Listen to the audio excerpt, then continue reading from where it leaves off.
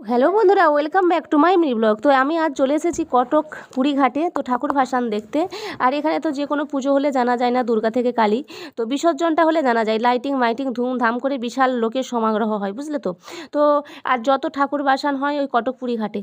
তো আর এখানে সব ঠাকুরের যেন কীরকম ভাসান শুনেছি, ঠাকুরকে নাকি কেটে কেটে বিসর্জন দেওয়া হয়। তোমরা কখনো শুনেছো, দেখেছো? না, আমি শুনেছি কিন্তু দেখিনি, এবছর প্রথম দেখলাম জানো তো।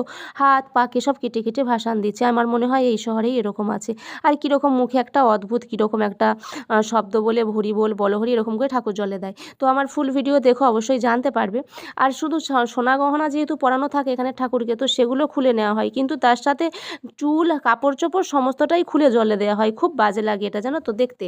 তো দেখো, আর যেহেতু এখানে ঠাকুরের এই মেরেই পরের বছর ঠাকুর হয়, তাই মেয়েরগুলোকে জলে দেওয়া হয় না। তো সেটা ঠিক আছে, কিন্তু এরকম হাত পা কাটার কি দরকার? তো চলো রাতে ডিনারটা সেরে নিই। সকালবেলার লুচি ঘুগনি সিমই আছে, এই দিয়ে রাতের ডিনারটা সেরে নিই। টাটা।